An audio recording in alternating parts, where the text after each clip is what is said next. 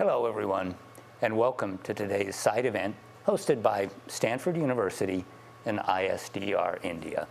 The plan for today's event is that Stanford will cover the first 45 minutes focusing toward national climate adaptation, and ISDR India has the last 30. I'm Chris Field. I'm the director of the Stanford Woods Institute for the Environment, and I'm thrilled to be joining you today from COP26, where negotiators from every country are putting the final touches on agreements and stabilizing the plan for moving forward. I'm representing the Stanford Woods Institute for the Environment, which is Stanford's marquee investment in interdisciplinary research and providing thoughtful, practical solutions to pressing environmental problems related to climate, health, water, food, and oceans. Over more than 20 years, Stanford has been a leader in these areas, and I'm very excited to be a part of Stanford's creation of a new school focused on climate and sustainability. I'm thrilled to be joined today by two leading experts in adaptation planning who can really help us understand three things: what's been accomplished at this COP, where we are in terms of the big picture on integrating climate change adaptation into the solutions portfolio, and why it's so important to have a national adaptation strategy and a national adaptation planning process. The two experts joining me are, on my right, Alice Hill, the David M. Rubenstein Senior Fellow at the Council on Foreign Relations and a former member of the National Security Council under Barack Obama, where she focused on resilience planning. Alice is a senior leader in the area of adaptation planning. Her most recent book, published just a couple of months ago, is called The Fight for Climate After COVID-19. Thank you, Alice, for joining. Thank you. And on my left, Dr. Kari Nadeau, the Naddisy Professor of Medicine and Pediatrics at the Stanford Medical School and director of the Sean Parker Center on Allergy Research. Kari is an expert in human impacts of many kinds of environmental risks, including risks from air pollution, wildfire smoke, and environmental contaminants. A lot of her work is focused on delivery of emergency healthcare services to underserved communities around the world, especially in California. Her latest book is called The End of Food Allergy. This year, Kari is a loan to the World Health Organization. Alice, let me start with you for just a quick overview of what you think this COP has accomplished in terms of progress on climate adaptation. Well, the COP has elevated adaptation for the first time to a higher level. Is it a sufficient level? That remains to be seen. We've heard from the UN Secretary General that adaptation needs to be on the same level as mitigation. Historically, adaptation has been treated as a poor cousin of mitigation, but as we see the events from climate change begin to unfold across the globe, flooding in Europe, China, the United States, wildfires in the Arctic, in the western United States, in Australia, Greece, we have a recognition globally, just as we have with the pandemic, that a catastrophic risk is unfolding and that we need to better prepare for those impacts as our climate continues to destabilize. We've had this stability for about 8,000 years that all of our systems rest on the assumption that if we build to the extremes of the past, our cities, our infrastructure, we will be safe going forward. That is no longer true. That assumption is frankly lousy in the face of climate change, and it's time to start preparing for the impacts. This is particularly critical for developing nations. The impacts fall unevenly across the globe. Greater heat events in the tropics and more humid nations, bigger storms and sea level rise. And sea level rise is not like a bathtub. It's, of course, can be uneven in certain places in Asia. So we need to focus on adaptation and obtain more dollars. We've seen more in this COP, but clearly not sufficient financing yet to help nations, and most particularly those that have had the least to do with creating this problem, including our small island nations, helping them cope with these very challenging impacts going forward. Kari, Alice makes the important point that we've already seen impacts of the climate changes that have occurred to date, and we're certain to see more in the future, and that no matter how ambitious we are with the agenda for mitigation, we really need to adapt. And I wonder if you can bring that into focus from the perspective of human health. Absolutely. I see this every day as a physician and as a researcher. It's really critical that we message the same message that the UN Secretary General gave, which is, it is code alert. It is code red alert now. We have enough evidence to say that our health is at risk on the public sector, at the individual sector, if we don't do something about climate change. And by that, I mean to adapt. We have to worry about heat stress. We have to worry about dust storms now because of drought. We have to worry about infections that we otherwise had not seen. We have to worry about the spread of allergies and asthma in areas of the world that didn't have that already. The world has no place in it that is not affected by climate change. And with that, that means the health of those individuals living around the globe will be affected by climate change. In different sectors, there will be different effects on health, and we need to adapt to it and provide policies to be able to make sure that we take care of the planet and its health, but also the people on the planet and their health. Well, as we start into thinking about adaptation for health, can you identify some of the adaptation pathways that are most likely to be useful? I think already knowing that if we can commit to policy change and we can at least try to get to 1.5 degrees centigrade, that would be helpful. Right now, the policy commitments around COP26 have at least allowed us to get to 2.4, but that puts about 1 billion people on this planet at risk for heat stress. And so the adaptation methods right now are going on several-fold. One is that we need to educate more about heat stress. We need to explain to people to be able to get to cool rooms faster. We need better indicators of heat stress, not that it should be death as the indicator for heat stress. We need to be able to look at patterns, and we are developing those to look at indicators to then adapt to. And so this process of adaptation is an iterative process. There are now groups around the world that are looking at heat stress, but also dealing with policies to mitigate that. Telling patients to go to their hospitals, go to areas that are cooler. Also adapting the way that we reforest and plant in the urban cities with forestry and with green walls to then sequester carbon, but also cool that city.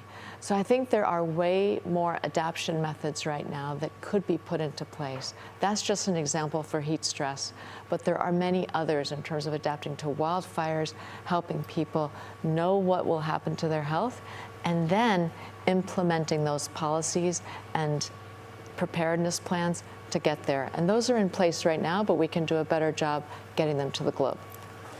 Alice, Kari has begun to kind of unfold the strategies for adaptation to heat stress, and of course one of the big challenges we face for adaptation to climate change impacts is that we have impacts in every sector, from human health to transportation to housing to manufacturing. How do you think about beginning to integrate across all those different sectors? Well, that's a great question. Really, when you step back and we look at climate change, I don't think in the history of humanity have we ever had a challenge that cuts across virtually every sector that we have, from engineering to medicine to law to the arts. It also affects every system that we have, the natural system, the built system. And so finding a way to coordinate efforts so that they make sense at the end of the day is critical. And one of the first places to start is planning. You know, one of our generals during World War II, who later became president, Dwight Eisenhower, famously said, plans are useless but planning is essential. And what planning does is not that we're going to follow exactly any adaptation plan that's created, but it forces that kind of integration of thought, particularly at a national level where you have subnational, local, tribal, state level informing the national plan. That can get you that kind of interdisciplinary, coordinated thinking about how do we prepare for the risks and a common understanding of what the risks are ahead so that the choices we make are better informed and we can prioritize what risks do we have to spend on now to reduce greater harm in the future. Kari, one of the things that always impresses me about the broad adaptation agenda is that important steps range from very adaptation specific, things like cooling centers to protect people from heat waves, to much more multifunctional things like having a more robust public health system. And it seems like one of the big challenges in developing a national scale adaptation plan is figuring out how to prioritize between the things we need to do purely because we're concerned about climate change and those things that can help us build a more vibrant society at the same time they help us prepare for climate change.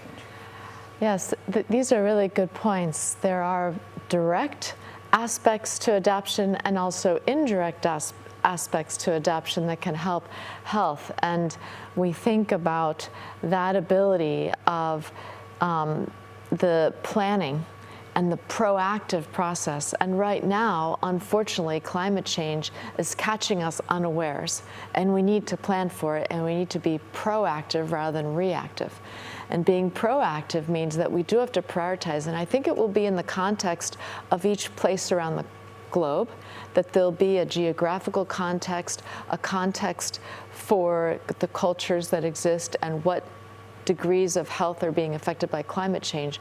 And so the immediacy of some of the extreme weather conditions and knowing that area of the country, for example, California with wildfires, we right now are putting preparedness plans and adaptation techniques for smoke and what occurs in people of all ages when they get smoke exposure, and how to decrease that. So that's the immediate priority for that location.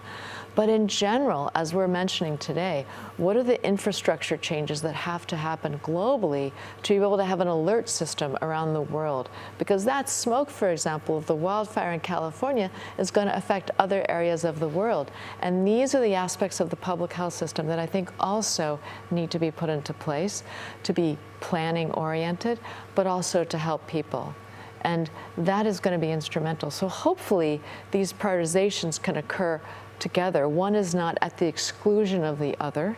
They have to happen in parallel. And I think the infrastructure bill, some of the work that's going on that we'll talk about, is going to be very important in that, because we need to focus on energy systems, health systems, and importantly, environmental justice. Because whatever we talk about today, we need to make sure, just like Alice Hill had mentioned, the most vulnerable, the most under-resourced communities are being the most affected by climate change and health.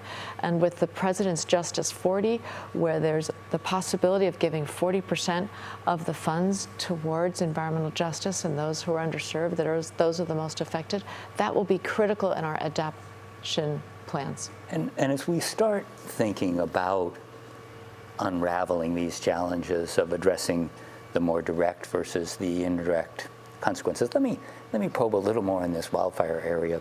When we think about smoke exposure, one set of strategies has to do with protecting people from smoke that's in the air purifiers, cooling centers. And another set has to do with preparing forests so that they're less likely to burn and generate these large amounts of smoke. And currently we have an ad hoc approach to vulnerability reduction in the forests and vulnerability reduction in the people. What do you see as the right pathway to prioritizing the preparation parts for the forest versus the preparation parts for the people? This is a great question because it gets to the central aspect of the fact that planetary health is linked to public and individual health. and that when one is at risk, you also put the other at risk. And so to be able to make sure that one of these plans does not, like I said, exclude the other.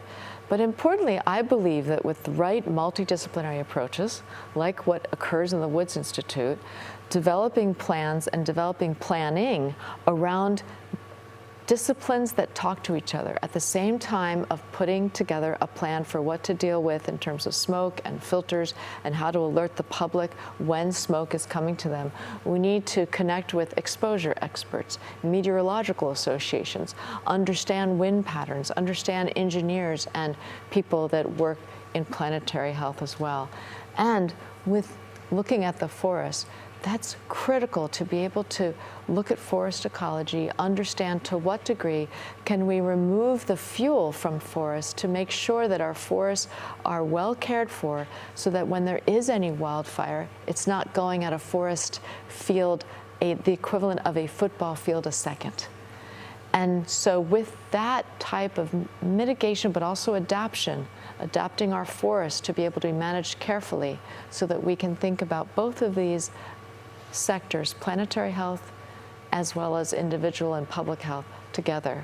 And I think when there are extreme weather patterns, when there is flooding, when there is deforestation, when there is desertification, we also need to have plans and work as multidisciplinary teams to replant, to provide that resilience to the planet, but also to the people that have been affected by those extreme weather conditions and by climate change. And I think that's part of adaptation as well. And of course, the agenda of caring for the forests is also a way to provide livelihoods that are sustainable in rural communities around the world. That's right, exactly. Alice, we just have had the passage of a massive infrastructure bill in the United States that has substantial amounts of funding for a wide variety of infrastructure projects. And one of the things that I have trouble understanding is what makes something adaptation relevant infrastructure from kind of just infrastructure. And it seems like you can rebuild a bridge and have it be just infrastructure, or you can rebuild a bridge 5 meters higher and have it be climate resilient infrastructure. Do you have a feel for how comprehensively the challenge of climate change adaptation is built into the new infrastructure bill and what needs to be done in order to make it truly adaptation oriented? Well, the president, President Biden, has made very clear that any infrastructure going forward should be climate resilient, and that is the challenge. That is a difficult thing to accomplish because it requires us to consider events that humans have never experienced before, more extreme events than we've had in recorded human history. So that requires engineers, it requires finance folks to look at the cost-benefit analysis, it requires land use planners, all to choose, is this the right place to put a bridge, to use your example? Is this bridge going to be the right height for the anticipated flooding that will occur over the service life of a bridge? And of course, as one engineer told me, it's better if these bridges last longer. Think of the Romans. We have some 900 bridges still in use from Roman times. So will it last 100 years? Will it last 200? And then you get into the concept, can we build it flexibly? Can we build it so it's cheaper to raise it if we understand that the flooding has increased over time than to try to have to rebuild it altogether? Or the worst thing that could occur would to be put it in an area which is going to be chronically flooded going forward, so then you have a bridge to nowhere. So with this infrastructure bill, President Biden and Congress are signaling it's time. It's time to take the money that is being put into climate resilience adaptation, which is about close to $50 billion in this bill. It needs to be spent with resilience in mind, and that means that every investment should be screened. Is it going to last and be useful during the anticipated service life, given what we know will occur and and impact that particular structure.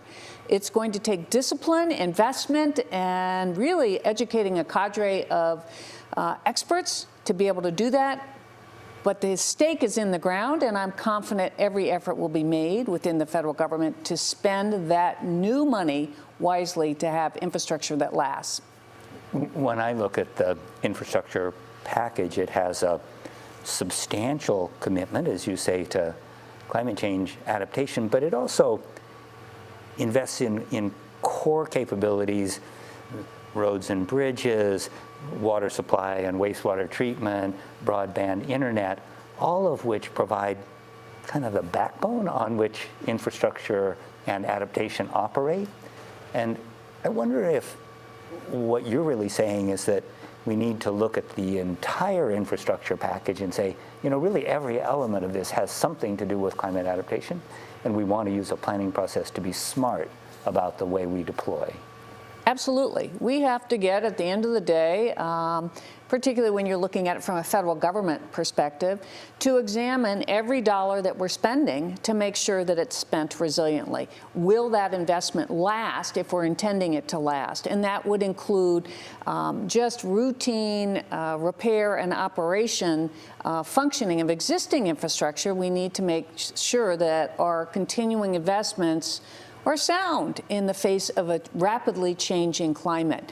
So this will be an issue that will permeate all investments going forward, and that's frankly what our financial sector is struggling with right now, just the realization of the choices they make in investments can be impacted not only by our transition to green energy, but also very much by the impacts that those investments may experience as a result of a changing climate. So it's screening everything to understand, how does a changing climate affect your supply chain? How does it affect your built environment? And how does it affect health delivery and all these other things? So yes, I think we're at the beginning of a journey to completely upend our existing paradigm of looking to the past and finding a way to bring in our knowledge of the future to make it count now and make our investments much wiser. The reason why this is so important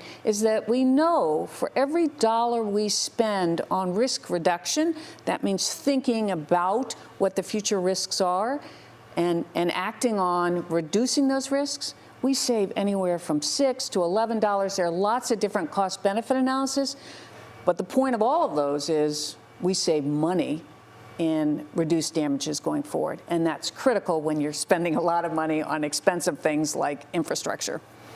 Kari, we've just been talking about a huge commitment to infrastructure and climate adaptation in the U.S., and here in the context of the international community, we have been struggling to come up with a commitment from the rich world to commit something like 10% of the size of the U.S. infrastructure package to building resilience in the rest of the world that has 95% of the world's population. Yes. Help us understand where the rest of the world is with stepping up to the challenge of climate adaptation. Well, it's really exciting. I've been spending time with the WHO and spending time with a lot of the European countries, especially after COVID.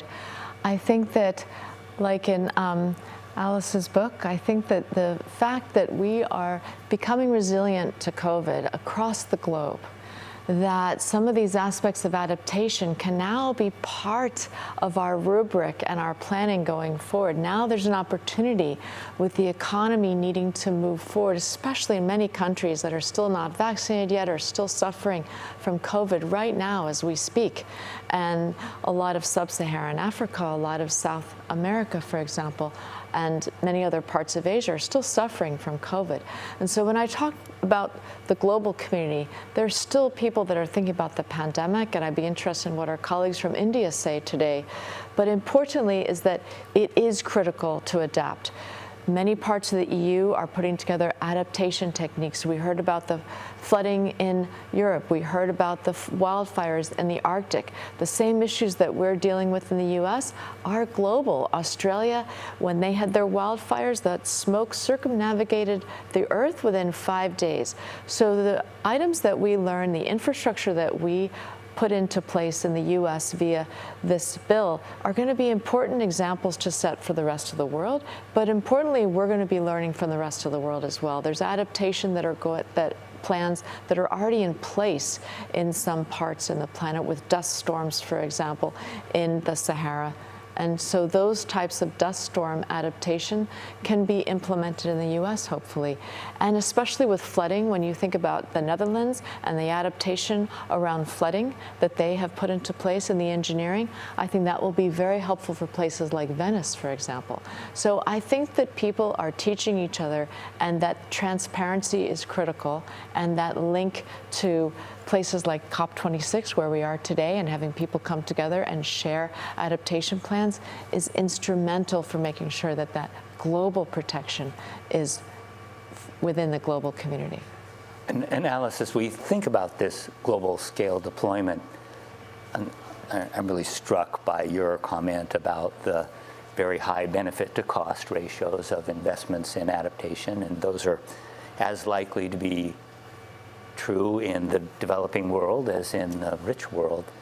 And what do you feel like has been the biggest challenge in mobilizing resources, and why is it that these extremely attractive benefit-cost ratios haven't helped convince donor countries and recipient countries and corporate actors that adaptation is where the action is? Well, I think it has something to do with human psychology, honestly. I think that humans tend to react to things better than proactively, particularly when it's talking about spending a lot of money. So we'll see, for example, that in the United States, if we have a bad wildfire, we'll see far more interest in getting insurance. Same thing for an earthquake. After the earthquake, after the fire, there's a reminder, wow, I could be at risk. I've seen my friends, my maybe family members threatened, so there's great interest. And then over time, those rates of purchasing insurance, when the bad thing doesn't happen, they fall off. And so it's harder for our political leaders, in my opinion, sometimes to garner that necessary political will to invest in something that seems far off, it might not happen, and instead I have kids that don't have enough to eat. I need to educate the young people. We need a road that needs to be repaired today, not build something new that's going to have an added cost to be more resilient. And typically there is an added cost to making that bridge higher or building it in a way that it can be adjusted over time. It could be a marginal smaller cost. And that's why it's so important that we find financing mechanisms where, for example, the developing world can provide blended finance that offers more guarantees or covers some portion of that added cost, so to help encourage, incentivize those investments that will, in the long time, protect everyone more. But it's difficult to garner that in the absence of a crisis. It does strike me, however, that the existence of the favorable benefit-cost ratio creates an incentive that I agree it's difficult for the public sector to commit to. But for private sector actors who are willing to be sharp-eyed about the risk-return profile, it seems like it does create opportunities. And is that why you're advocating for blended finance that brings together public and private actors? Well, we want the private sector to be a part of this because we don't have the trillions that are necessary. No government has the trillions that are necessary. And we're going to have the private sector play a role. Unfortunately, in the state of infrastructure right now, the true cost benefit analysis of those additional measures often gets left at the cutting room floor. You'll talk to engineers in large projects. They'll say, we talk to our clients, we explain to them the benefit that in 20 years they may face reduced flooding or reduced operational costs, but because they're looking at a discount rate that doesn't value those future investments, they tend not to make it. So it isn't that difficult to locate examples of infrastructure being built today that does not consider the future risk of climate change. And that is something that the governments can do to support that additional investment in greater resiliency to make it attractive. And that's why the infrastructure package is so important, because it begins to send that message. We're going to be investing in resilient infrastructure, we, the federal government, and we want the private sector to come along with us as we do that. Kari, can you help us understand whether the equation is fundamentally different for investments in human health protection than it is for investments in physical infrastructure when people think about trading off near-term costs versus long-term benefits? Do people view investments in health fundamentally differently? I think they go together, just in that same rubric of the indirect and the direct aspects of adaptation. And so there have been reports that have been put up by the NRDC recently where they've actually put costs and benefits together. And for example, if the infrastructure bill can get passed in the way that it is written right now, and we can also have the Build Back Better Act put into place, we will save approximately, and even probably north of this, $1.4 trillion by 2035 in healthcare costs alone. Because air pollution, for example, causes about 8 million and over deaths per year. And that alone costs about $860 million per year to take care of. And so when you think about the benefits economically of putting these infrastructure rules and adaptation in place, it's a tremendous benefit for healthcare. It's a tremendous benefit for public health as well as individual health. So I like to think of the infrastructure bill in terms of three parts. There's a focus on energy, improving electrification, improving transportation, improving the ability that we use energy and try to decrease dependence on fossil fuels, which is critical for health. The other aspect is equity. And so part of the benefits, and maybe you could say these are indirect, but I think that these are extremely important when we think about equity in healthcare and equity in justice, and that's part of environmental justice, and that will also save on time and cost and aspects that we as a civilization have an obligation to make sure that everyone is treated equally. And then thirdly, it's cleanup. And so there's a proportion of this infrastructure bill which will clean up those damaged areas of the earth that are polluting and that are also affecting health.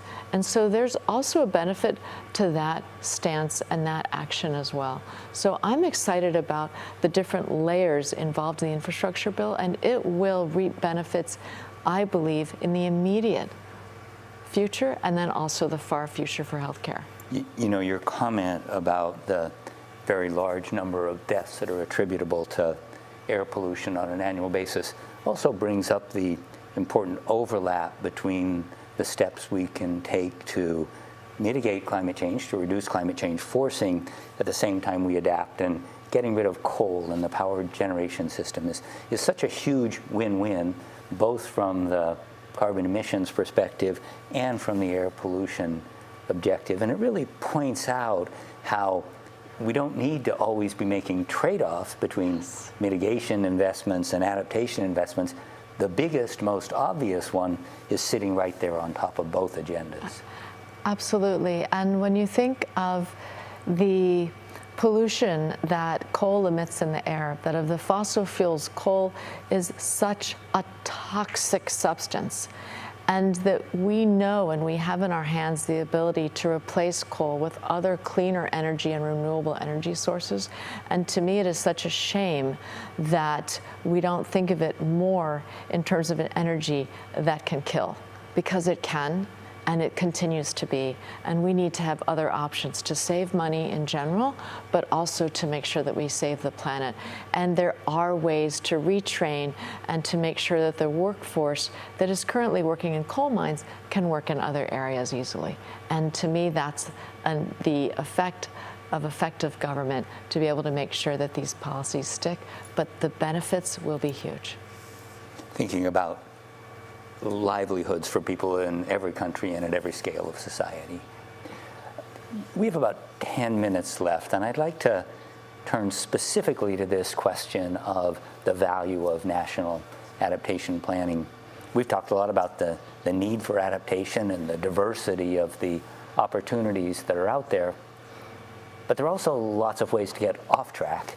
And one of the things that we have spoken relatively little about is how to put together a comprehensive vision and continuously updated vision of where the best opportunities are, where the highest returns are, what kinds of things can wait.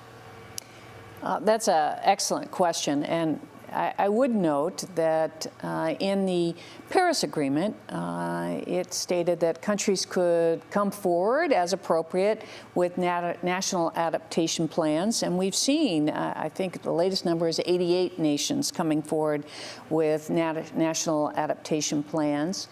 The quality, I haven't examined them, but the question is whether there'll be an iterative process that will actually drive the types of actions that we've been talking about here. And there are a number of lessons that have been derived from experts looking at national adaptation planning to determine what makes a good one. One is they need to have vulnerability assessments counted. So what are we all talking about? What are the risks that are shared? They need to be inclusive, and that means the bottom up, and to some extent top down. And so a national adaptation sets a framework so that, taking the United States as an example, we do not have a national adaptation plan, but if we had one, it would set a framework to say this is what the federal government is going to do. It will provide science, it will provide incentives for better decision makings, and it will probably provide technical assistance to state, local, tribal governments in their planning. And then it would take the stakeholders' input as to what roles they'll play in the national adaptation planning process, and that includes civil societies or NGOs, it includes the local governments, and it includes, where appropriate, what individuals will do to help them make better choices when it comes to adaptation. A good adaptation plan would also find a way to prioritize investments. You know, in the United States, we have a watchdog called the Government Accountability Office. They look at congressional action or inaction and the action of the action of the federal government to examine where are we doing well, where are we not doing well. And for probably the last decade, they have put federal inaction on climate change as a high risk to the federal government. So with that, they've also said the way we parcel out money right now in the United States from the federal government, we don't really strategize as to what will bring us the biggest bang for the buck in terms of our investments. And a national adaptation plan would help us do that necessary prioritization, so we're not just sprinkling things across different communities that at the end of the day will not really add up to resilience. And lastly, two additional things. There would definitely be a consideration of how do we make sure the most vulnerable are always accounted for and part of the process. We're planning with them, not for them. And then there's a metric. finally, a measurement. How are we doing? Are we, in fact, achieving resilience with these investments that we're making? And if not, we need to adjust and go forward. It's an iterative process. We have a number of nations that have done particularly well. The Dutch have, and they've been very seriously engaged for quite a while. Singapore has also done a good job. Japan has been working hard. So all of us need to learn from each other, and it's a process. It's not the ultimate product that will determine really our resilience. It's the engagement that results from that planning that will determine our resilience. And Kari, one of the most important lessons from adaptation planning so far is that plans need to have a local component. They need to make sense to the local stakeholders, as Alice has argued. And they also need to be responsive to the concerns of local stakeholders who feel like they have an appropriate sense of ownership. But it's really hard to figure out how to incorporate those into a national or international scale paradigm that's trying to figure out how to allocate resources. Can you leave us with some principles of how to do this connection between local scale engagement and prioritization and large scale planning for efficiency? I think it's all levels, and I think now with the era of the internet, with the era of being able to increase that connectivity, I think that it is possible. I'm an optimist, and when I look at our own engagements with the community through the Woods Institute and Stanford, we're so excited about making sure that we have community engagement, that we look at the communities, that we ask them questions, what are their needs? For example, in Paradise, California, we interviewed people that had been through that horrible wildfire. What were the immediate needs that they would have liked to see put into place for extreme weather conditions? And the first answer was, we need better roads. We need better ways to exit if there's an emergency. We need a better place to be able to go to when there's smoke. Their hospital was one of the first places to burn down during the fire. That is not an emergency preparedness plan. That was a reaction. So it's things like this where talking to the communities, making sure we get their feedback, making sure that we talk to communities of color, and doing it now rather than reacting to it is going to be important to put into place. And when we think about infrastructure, all of these elements of infrastructure will be helpful. And I also think that the importance of engaging the community will then have a ripple effect on the county level, on the country level, on the global level, and it reaches out from there as well. So we have to make sure that we start grassroots and then come at it from a policymaker's standpoint and then have it be iterative. But I think that the planning and being able to communicate with some of the ways that COVID has allowed us to communicate clearly in the world will be instrumental to execute on the plans that we have for adaptation and making sure that we touch base with the community. Well, thank you so much, Kari. Alice, this has been a fabulous conversation that has really highlighted the importance of increased investment in climate change adaptation around the world, highlighted the importance of deep engagement with an environmental justice perspective from local communities, regional efforts, international communities, the finance community, and really recognizing that now that we've transitioned from the era where climate change is a possibility for the future into one where we're actually seeing the impacts today, we really need to dramatically elevate the importance and the commitment we place on climate change adaptation. And we can't do that effectively in the absence of comprehensive planning that's iterative and adaptive as it moves forward. So thank you so much for a wonderful conversation. And it's now my privilege to turn the podium over to ISDR India and Dr. Chaudhari, who will take us from here. Thank you, Crispin, for giving me the platform and giving me the opportunity to organize a joint session with the Stanford University. Welcome to all panelists and participants. Title of our side event is Accelerating the Climate Solution Through Collaboration Across the Sector, which is jointly organized with the Stanford University, USA and Institute for Sustainable Development and Research. ISDR is established in 1996 and having the observer status with UNFCCC. And we are already every year we are taking the part in the COP26 in the climate negotiation, and also we are giving the our inputs through the email. Now here our title of the panel is Challenges for Sustainable Cities for Climate Change Mitigation Implementing SDGs for Sustainability. This panel aims to discuss the issues in building sustainable cities, greener cities, linking SDGs, and promoting mutual knowledge for effective economic and environment-friendly sustainable urban transformation through public participation. So myself, Dr. Kalpana Chaudhari, I will moderate this session. I am representing the Institute for Sustainable Development and Research in this COP26 through this side event. We have 4 panelists. Dr. Mario Losasso, he is a professor, Department of Architecture from University of Naples, Federico II. We have Ms. Somita Chaudhari. She is an IT engineering student from Vidyalankar Institute of Technology, Mumbai, India.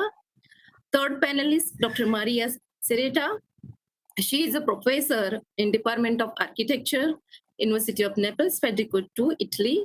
And we have 4th panelist, Dr. Pasquale Toro. He is a professor and director from Department of Architecture from University of Naples, Federico II, Italy. Now, I would like to begin with the panel discussion with the topic, climate change and urbanization impacts. Let me share my PPT here.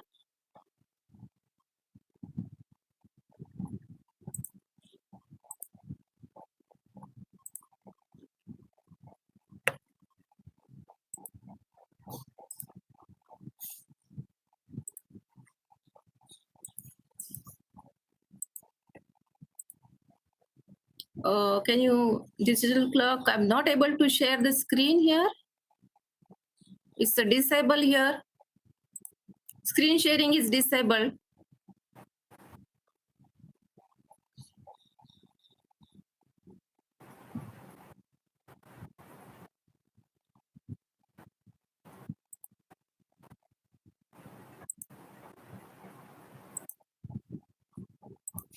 Yes.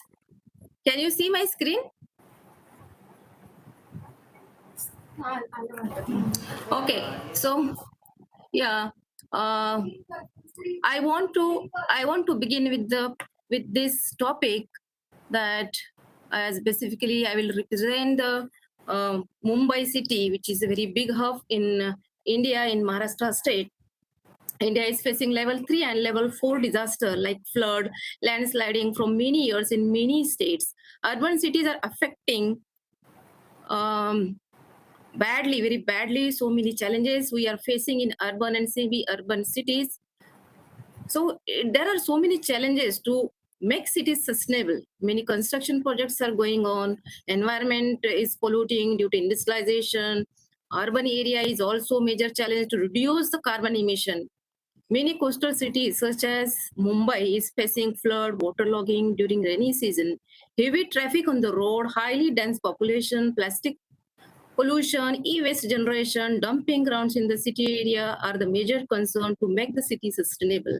Like here you can see these green highlighted states like UP, Bihar, Punjab, Rajasthan, Assam, West Bengal, Haryana, Odisha, Andhra, Gujarat, Kerala. They are facing the flood situation every year in the rainy season. Apart from that, Maharashtra state also facing continuously from last few years heavy rainfall, and due to that, all area gets flooded. Basically, urban city like Mumbai, we are facing so much of problems during the rainy season. Now here, Mumbai is the biggest business hub in India, facing the flood situation for many years due to heavy rainfall, about 944 mm in 24 hours on July 26, 2005, hits the Mumbai very badly. 1,000 people lost their life and 14,000 homes were destroyed. I am one of the victims that when I was in the office on 26th July 2005, whole area gets flooded and I could not reach home almost 2 days. So from that disaster, many urban citizens, they have learned the lesson and started to save the environment. They have started to thinking about the climate change, global warming. Many NGOs are organized. many workshops for the youth, school-going children, and industry also taking the part to create awareness about the environmental hazards, climate change, global warming. The world cities occupy just 3% of Earth land, but consume 60 to 80% of energy and 75% of carbon emission. There is a strong link between the quality of life in cities and how cities draw on manage the natural resources available to them. Due to urbanization, pressure is increased on environment and accelerated demand for basic services, infrastructure, job, land, and affordable living standard or affordable housing sector, particularly for the nearly 1 billion urban people or poor people who live in the informal settlements. Building urban resilience is crucial to avoid human, social, and economic losses while improving the sustainability of urbanization. Process is needed to protect the environment and mitigate the disaster risk and climate change for such urban city like Mumbai. Now we have Devna dumping ground of Mumbai is the largest dumping ground, which is very near to my office. Every time we smell the odor, which is not healthy for us, we inhale this type of odor in morning and the evening time. Because of that, health of this community who stays near the dumping ground is in danger. Near about 164 height of the dump or garbage level has reached up to 164 feet. Another dumping ground, which is very old, which is a Mulut dumping ground, now stop receiving the garbage because its capacity is over now. Near about 1,500 tons of garbage. Excuse me, could you make your slides in presentation mode, full screen? We're still on the first slide. It's in the presentation mode. It's not for us. And then you need to advance the slides. Now can you? No. No. It's So just go to the full screen button. Just a second.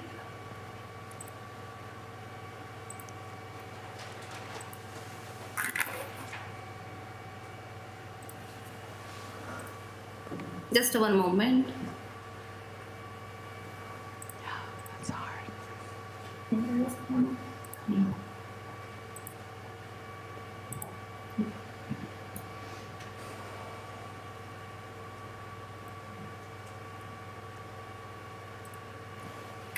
Now can you? that Perfect. looks okay. Okay. So we have Dena dumping ground and Mulut dumping ground. Their capacity has been beyond the limit now. So there is a need to shift this dumping ground out of the Mumbai city. Now we have the slum area, biggest slum area, which is known as a Dharavi. Like that, there are world largest 5 slums in the world, which is South Africa, Kenya, India, Mexico, and Pakistan. So it is very difficult to develop this slum area. In India, we are facing that no one comes forward, no one builder lobby comes forward to redevelop this such type of slum area because they may fear to loss of their business or lack of funding. Due to lack of funding, the slum area is lying as it is. Or the slum area from the Dharavi, they are protesting. They don't want to develop their area because they are having their own business, small business in that area. And if we develop this slum area, they get fear that they will get a small place or they have to take the shelter in a multi-story building. So they cannot use the open space. So like that, they are thinking, and all projects are lying on the baskets. Now here, we can say that millions of urban people living in the slum for informal settlement in Eastern and Southeastern Asia, urban population, highest urban population in Eastern and Southeastern area, near about 370 million. So which is the highest urban population which has taken the informal settlement. Sub-Saharan Africa, Central and South Asia also. So there is no solution to find out to develop this informal settlement, because these people only protest. They don't allow the government, local government, to redevelop their area. The smart city is the idea of using its own technology and data with defined purpose to get better decision and provide better quality of life. Redevelopment of the Mumbai Chaud to begin soon, and many redevelopment projects already in progress. Like I can give the example, near my residential area, there is a 195 BDD Charles. We can say the 2-story buildings, very old buildings, which was developed in the British rule in South Mumbai, which are spread across 86.98 acres. Also another Charles system in Bindi Bazar, which is already this, you can see in the picture, the living standard before launching the project, and now they can get the shelter in the multi-story building. So more than 20,000 people across the 250 decaying buildings, they will get the benefit. So need to reduce the carbon emission and pollutants, where the main contribution comes from the traffic, house heating, industry sectors. As I can give the example, Mumbai is spread across, very huge industry sector is there. Some of the old industries still in the residential area. So there is a lot of carbon emission from this industry. There is many chemical industries are around the Mumbai city. So health of the community, those who are living in this atmosphere, is in danger. Approximately 8 million commuters use the 2,900 trains of the Mumbai suburb rail system. Peak hours trains are overloaded to nearly 4 times of the network capacity. Now you can imagine that how you can see in the picture, trains are much crowded. To solution to this, we have started monorail, metro rail. We are using our state government buses which are running on the road. But after pandemic, we have seen that whole our transport system is in the basket, because of the lack of maintenance and vaccination rule. If though you have taken the 2 vaccine, then only you will be allowed to travel.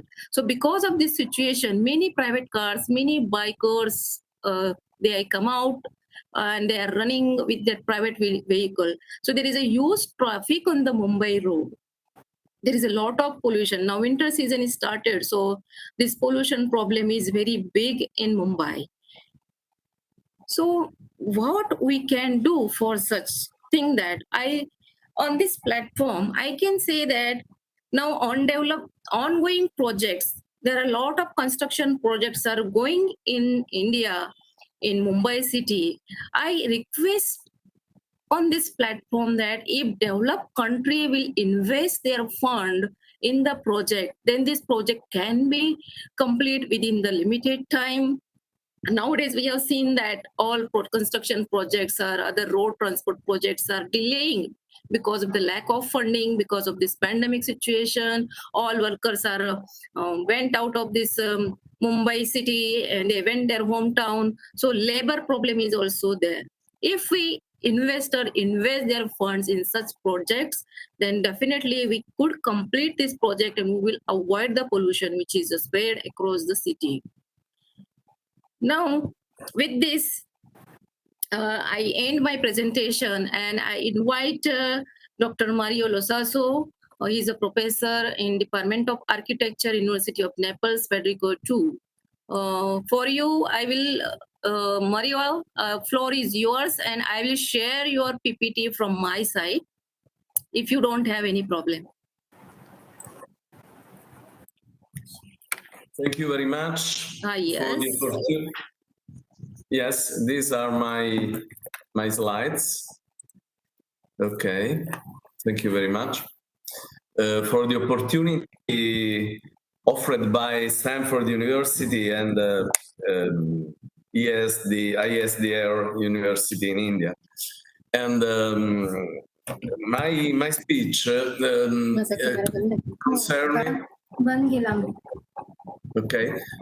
concerning concern the sustainable development goals and climate-proof urban and environmental design. So we need to have a priority consideration about urban metabolism, because we know that it is one of the main causes of climate changing emissions. And but cities are also the context most exposed to the effects of climate risks. So urban contexts are not longer able to withstand increasingly intense and frequent impacts, and are inefficient in controlling and reducing climate changing emissions. So as we find in many reports, like IPCC report of 2018, and also in the report IR6 in 2021, in August, we know, we need to pass from strategies to actions. I explained this point of view. We need strategies for urban areas, but we need also the transition in many actions that can induce the possibilities of have many results. So we have, and we need a connection between climate-proof actions and sustainable development goals, like in this slide we see.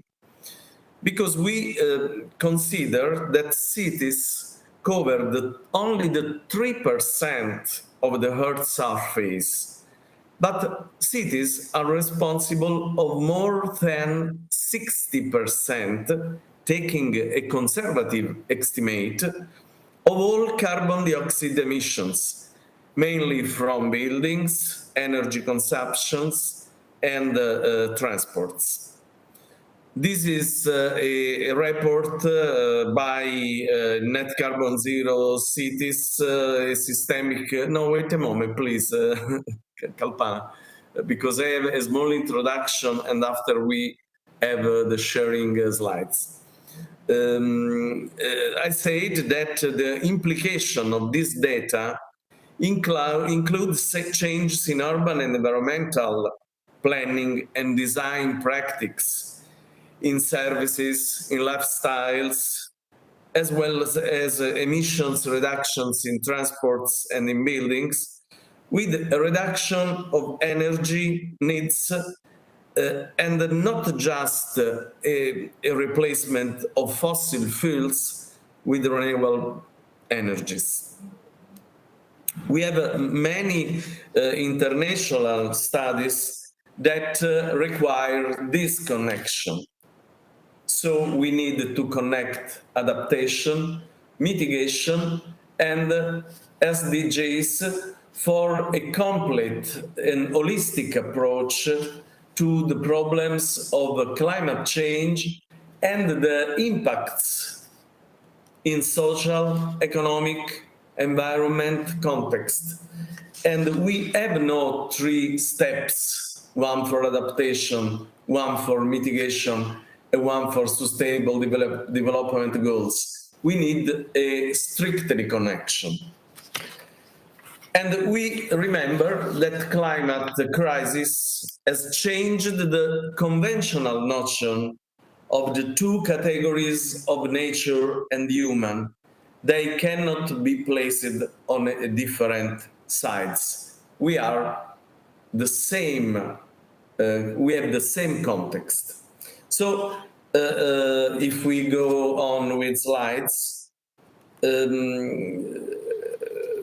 the ancient city and the contemporary city needs to be a climate responsive context. This is the city of Naples, and you see that Naples is a porous city, also in compact situation of urban blocks. The central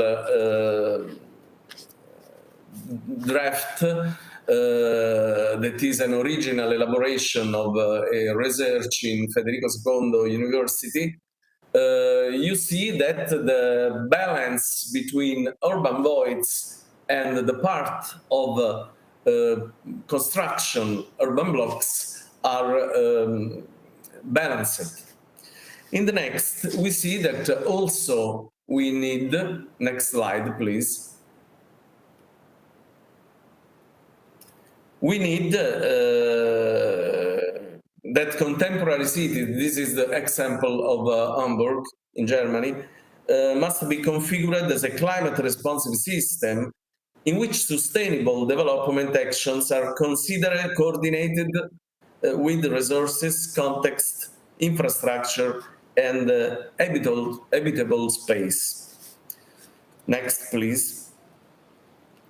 Now we need many actions for connect climate-proof design and the SDGs of Agenda 2030.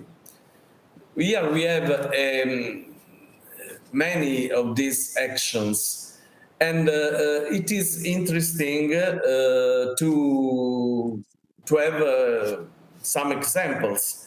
For example, in the next slide, we see that 50 minutes cities makes communities better adapted to direct and indirect climate impacts on the physical, but also on the social and economic levels, while reducing also with the digitalization energy consumption in transport, for example. The self-sufficient city, instead, induce processes of circular economy, reduction of waste and reduction of energy consumption, with the parallel replacement of fossil fuels by renewable ones. The zero-mile supply chain induce benefits in the value chain, reducing economic risks and consumption from transportation and the distribution of goods. And we have a main objective, goal in zero carbon districts. And we have many research in Naples about this approach, in which we have a convergence of sustainable adaptation and mitigation choices.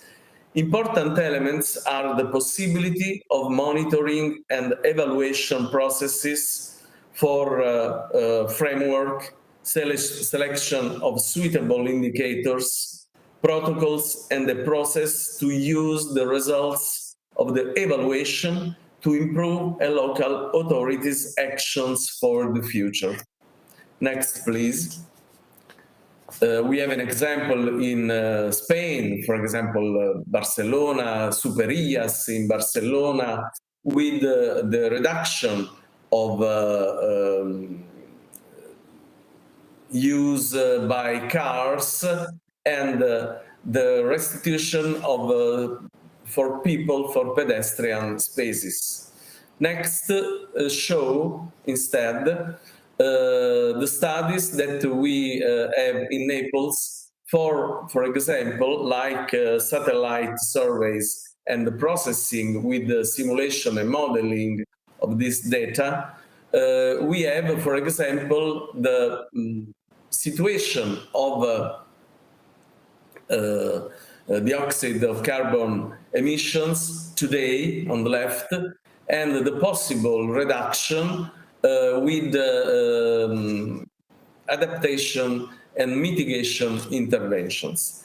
In the next, we see the use of many indicators, a set of indicators, and if you go in the next, in which we try to show the point, the starting point, critical starting point, and with the connection of adaptation, mitigation, and sustainable goals, the rising of new performance and the possibilities of a better cities.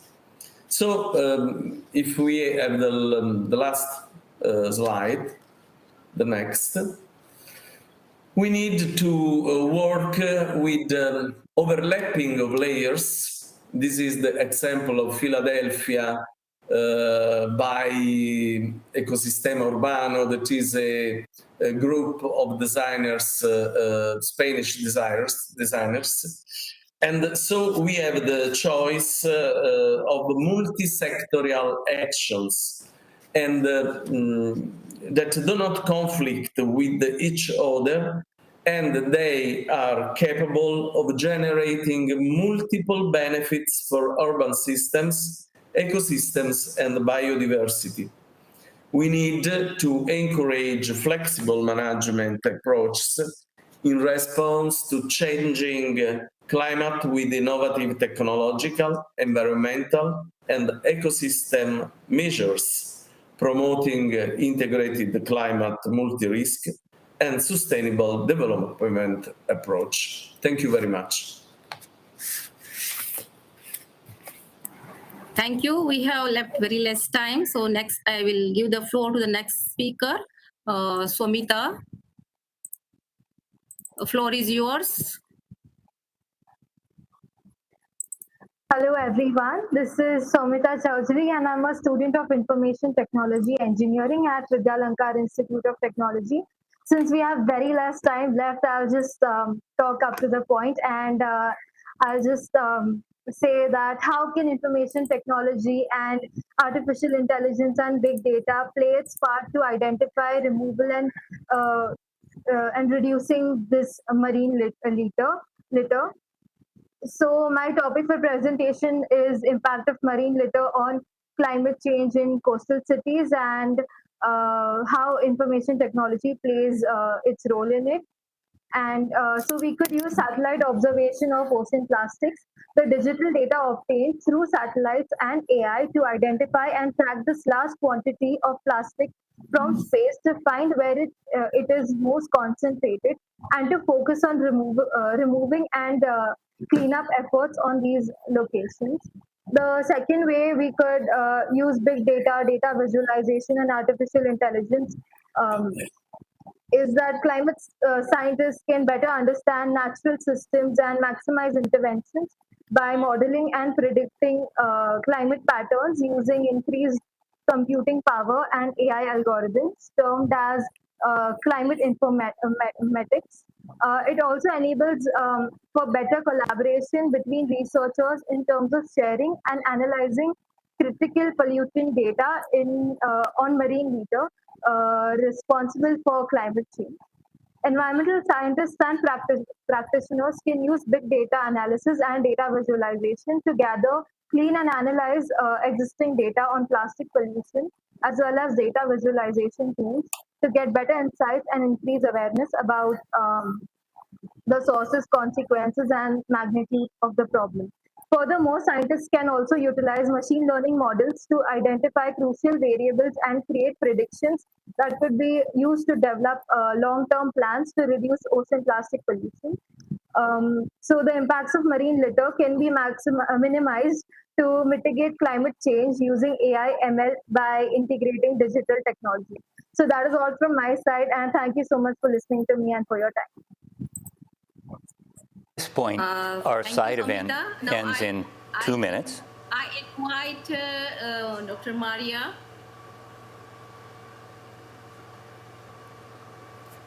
Our side event ends in 2 minutes. I'd like to close out by first thanking our colleagues from ISDR India for a wonderful insight into some of the challenges we face, especially in the world's rapidly growing cities in developing countries where the challenges of climate change adaptation are so great, but where the diversity of strategies that are being brought forward to address them are so compelling and so rich with opportunities. I'd also like to thank everyone in the audience for their interest and appreciation of the core fact that as we address the climate challenge in the years ahead, we need to have a laser-like focus not only on cutting emissions and limiting warming to 1.5 or less, but also to recognizing that the impacts of climate change truly are upon us now.